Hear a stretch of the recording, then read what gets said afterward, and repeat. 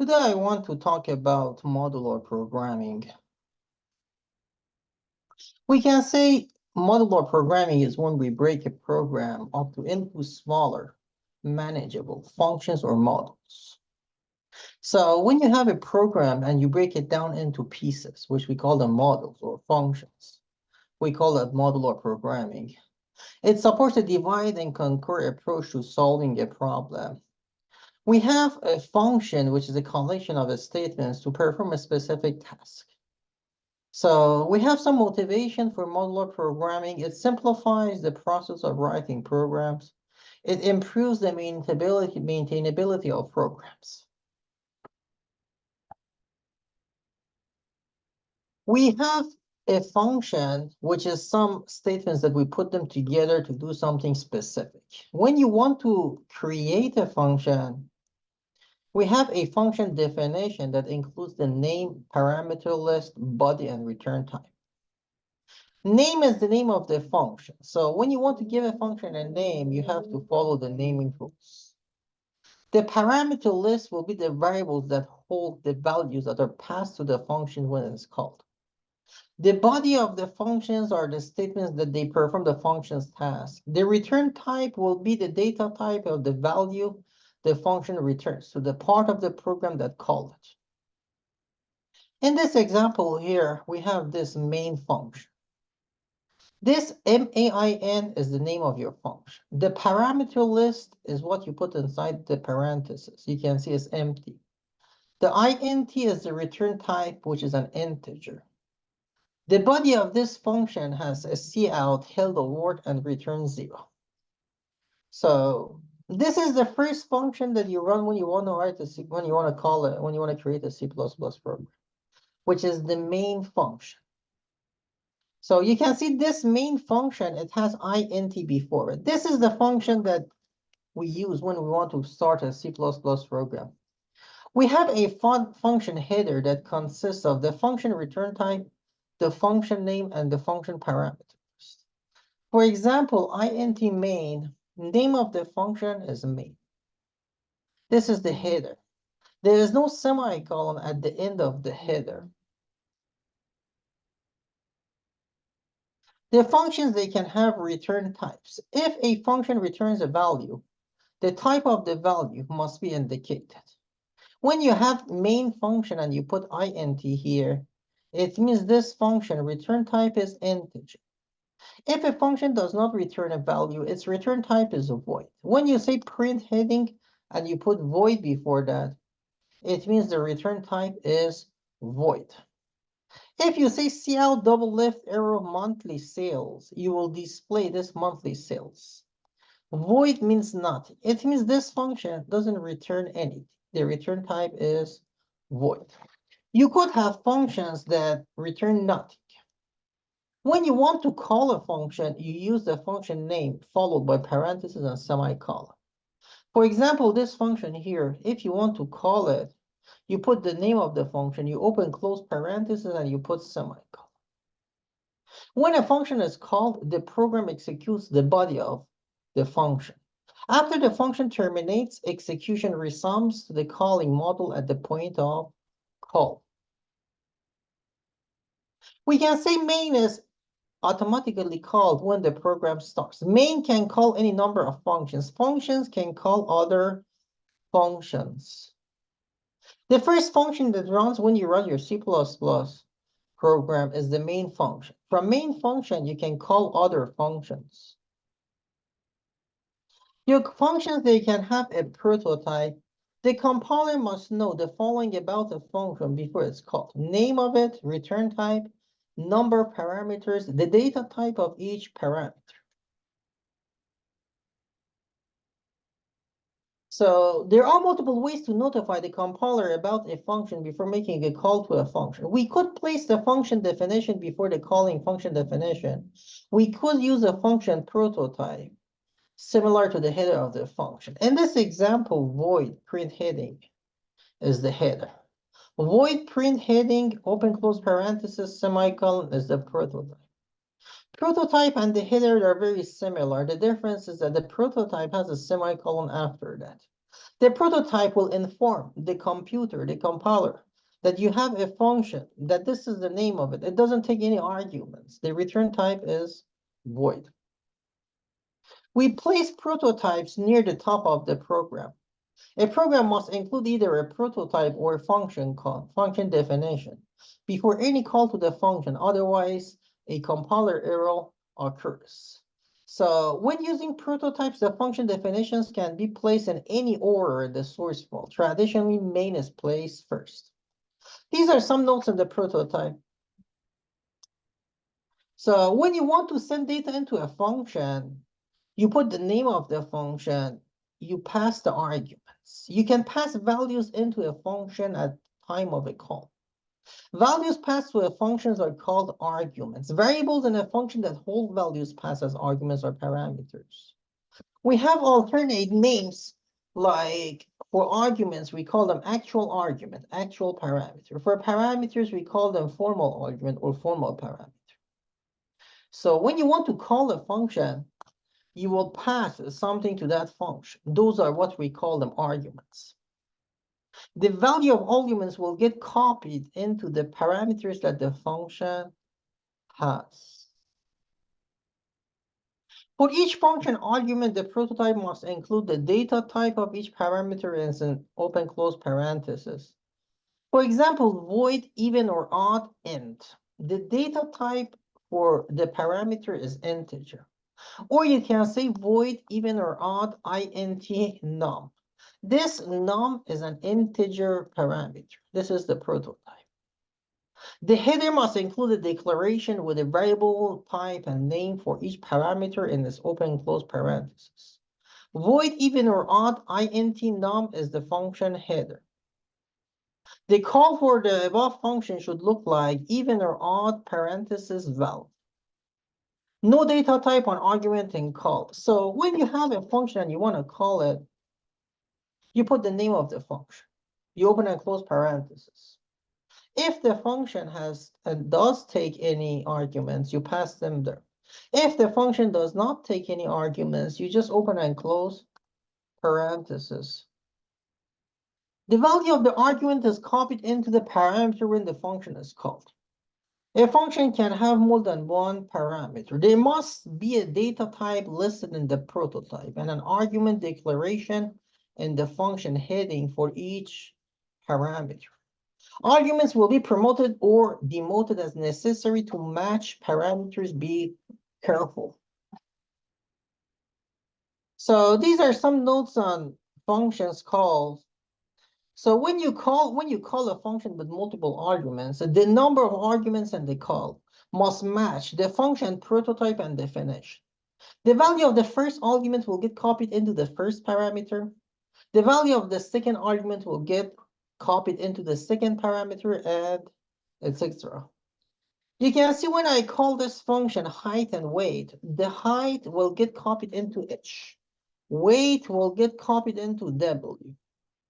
The function header takes h and w. The weight will be display h, and then for the height, it will display w. This is how you can call functions with multiple arguments. You could pass data by value. When we say pass by value, when an argument is passed to a function, a copy of its value is placed in the parameter.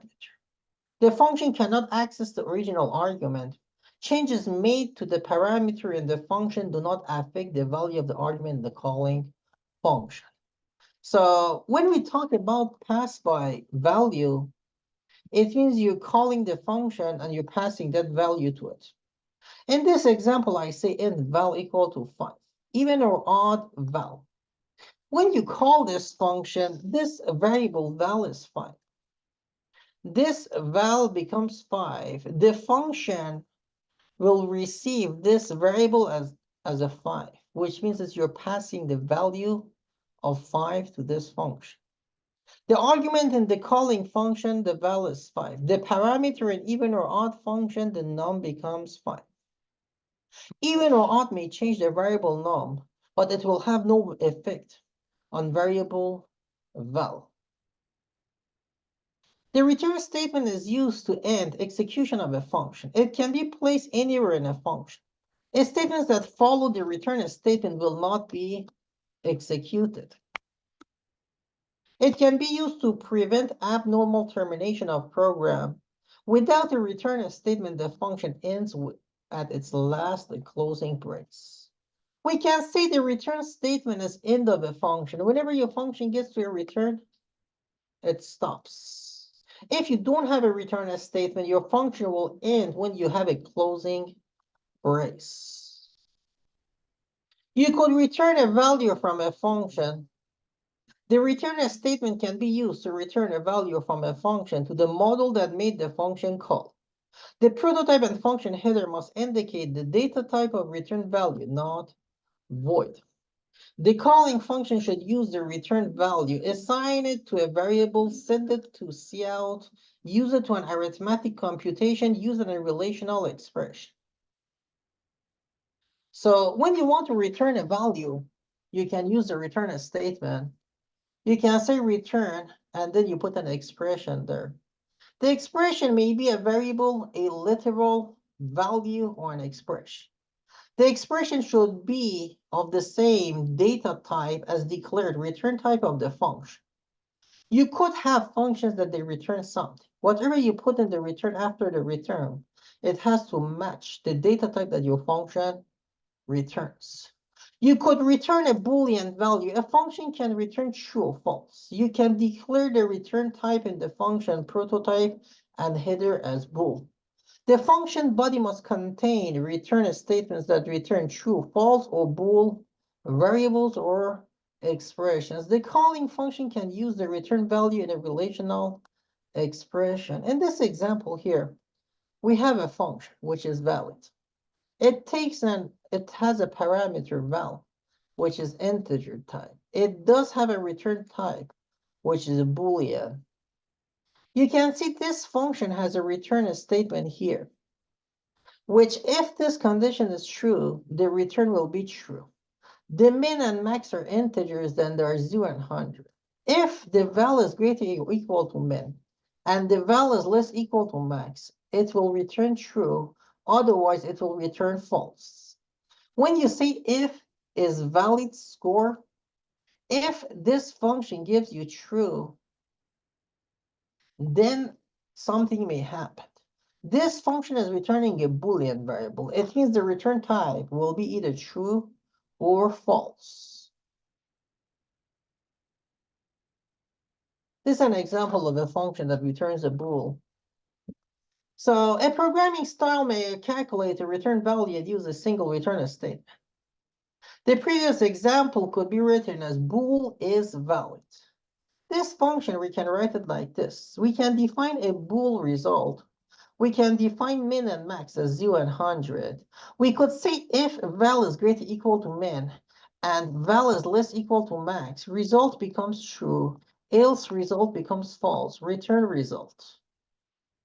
So if you look at this example here, at this one, you can see here we're returning true or false. Here, we're just putting true or false on the result, and then we're returning it. Functions can be used to implement user choices from menus, to implement general purpose tasks. Higher level functions can call general purpose functions. This minimizes the total number of functions and speeds program development time. We have some screen management and menu-driven program. You can clear the screen to remove prior output while program is running. In Windows, you can say system and then CLS. In Linux and Macs, you can call system with clear. This will clear your screen. To allow the user enough time to read output before the screen clears, use this code. Cout press the empty key to continue. We can say cn.get to clear the input buffer. You can say cn.get to get the enter key. We have local and global variables. Local variable is defined within a function or a block. It's accessible only within the function or the block. Parameters are also local variables. Other functions and blocks can define variables with the same name. When a function is called, local variables in the calling functions are not accessible from within the function call. When we say we have a variable that is local, it means it's accessible only within a specific scope. We say a local variable only exists while it's defining function is executing. Local variables created when a function begins and are destroyed when the function terminates. When you define a local variable, it's born. When the function ends, it dies. Data cannot be retained in local variables between calls to the function in which they are defined.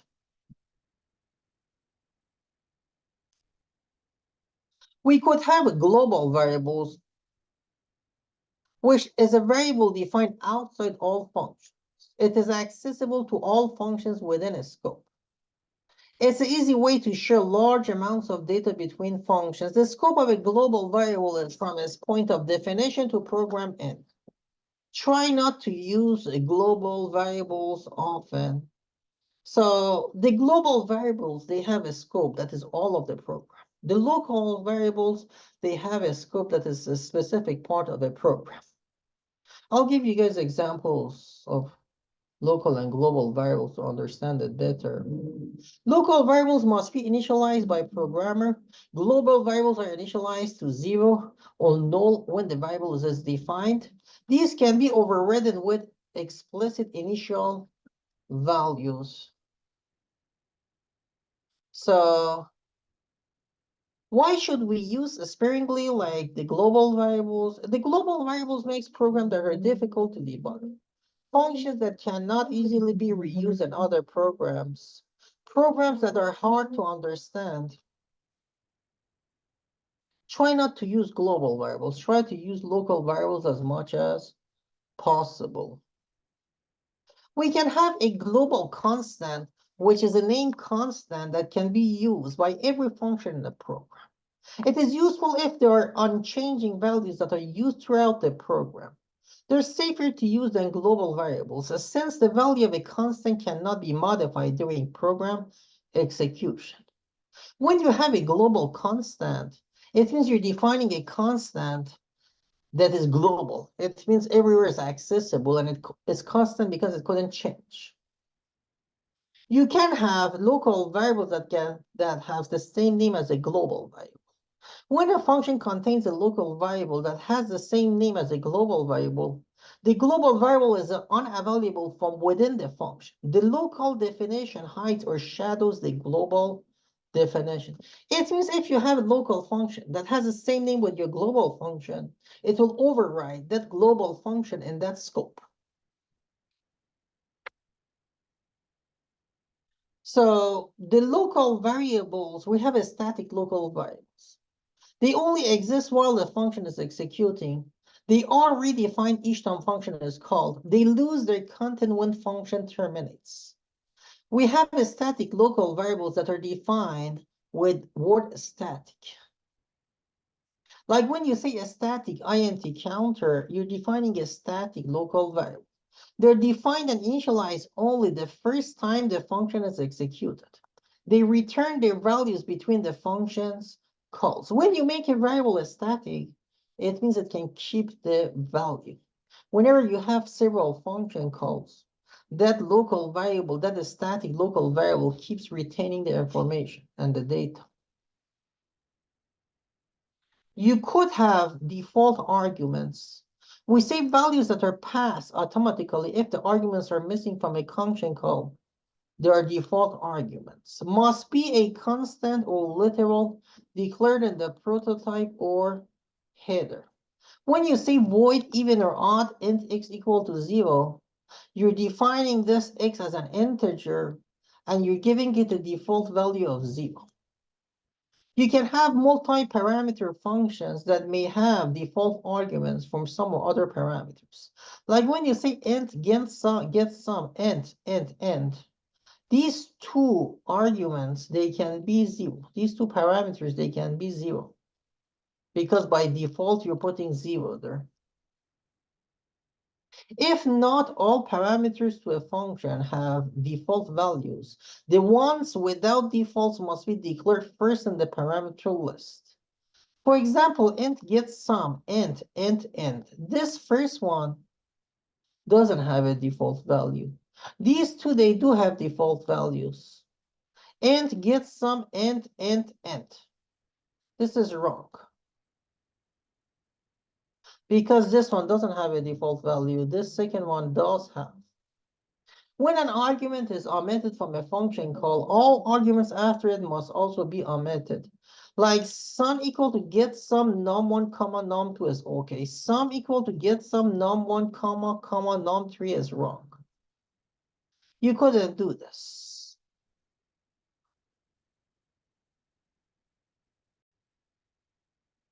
You could use reference variables as parameters. So I did talk about pass by value. We can also use a pass by reference, which this is a mechanism that allows a function to work with the original argument from the function call, not a copy of the argument. It allows the function to modify values stored in the calling environment. It provides a way for the function to return more than one value. We have a reference variable, which is an alias for another variable. It is defined with an ampersand in the prototype and the header. For example, void get dimensions int ampersand and ampersand. This function is taking two reference variables. Changes made to the reference variable are made to the variable it refers to. We use reference variables to implement passing parameters by reference. In this example, we have a function. We say int ampersand in the prototype. This ampersand is a reference. When you say void square root int ampersand num, this num is a reference variable. You multiply num by num. If you call this function and the local var is 5, the 5 will get copied inside this num. It will get multiplied by 5. And then it will affect the variable that is being passed to it. And pass by reference, any changes to the variable can change the variable that was passed to the calling function. That is why we call it pass by reference. Whenever you put ampersand here in your function, that is a pass by reference function. Each reference parameter must contain ampersand. An argument passed to a reference parameter must be a variable. It cannot be an expression or a constant. We use only when it's appropriate, such as when the function must input or change the value of the argument passed to it. The false string objects should be passed by reference. We can overload functions. The signature of a function is defined name and the data type of the parameter in order. Overloaded functions are two or more functions that have the same name but different signatures. This can be used to create functions that perform the same task but take different parameter types or a different number of parameters. The compiler will determine which version of the function to call by the argument and parameter lists. In this example, you see how we can overload functions. Get dimensions is overloaded. It could take one integer. It can take two integers. It can take an integer and a float. It could take two doubles. In this program, this get dimensions is overloaded 4 times. Then the compiler will use as the following. If you have int length width and you have double base height, if you say get dimensions length, it will use length, which is an integer variable. It will use the first one. If you say get dimensions height and width, it will use the second version of the function. If you call get dimensions with length and height, it will use the third version, which takes an integer and a float. If you say get dimensions height and base, it will use the version of the function that takes a double and a double, two doubles. This is overloading. Overloading means to have functions that they have same name but different signatures. The exit function terminates the execution of a program. It can be called from any function. It can pass a value to operating system to indicate the status of program execution. It's usually used for abnormal termination of program. It requires a cscdlib header file. Use it with care. With the exit function, you can exit your program. So use an integer value to indicate program status. Often 0 means a successful completion. Non-zero indicates a failure. We can use name constants defined in cscdlib like exit success or exit failure. We say a stub is a dummy function in place for an actual function. It is usually displays a message indicating it was called. May also display parameters. Driver is a function that tests a function by calling it. Stubs and drivers are useful for testing and debugging program logic and design.